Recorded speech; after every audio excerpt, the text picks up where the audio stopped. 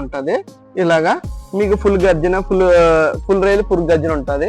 లోపల ఇచ్చేసి మెటీరియల్ వచ్చినప్పటికి మహాగని లేకపోతే యూక్లిప్టస్ కానీ లేదా రెడ్ వుడ్ ఏదన్నా యూజ్ చేసి దీన్ని కెమికల్ ట్రీట్మెంట్ చేసి ప్లైవుడ్ తయారు చేస్తారు. ఇలాగా రా మెటీరియల్ ఉంటాయి.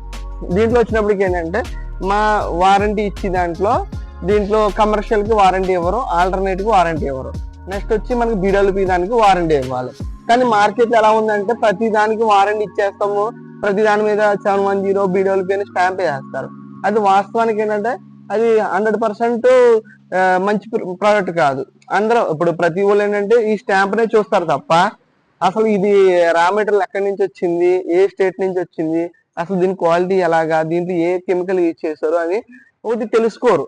తెలుసుకోవడం వల్ల ఏమవుద్ది, మన మంచి ప్రోడక్ట్ మనం సెలెక్ట్ చేసుకుంటాం, ప్లస్ మనీ కూడా సేవ్ అవుతుంది. ఎవడో చేతిలో పెట్టి ఇప్పుడు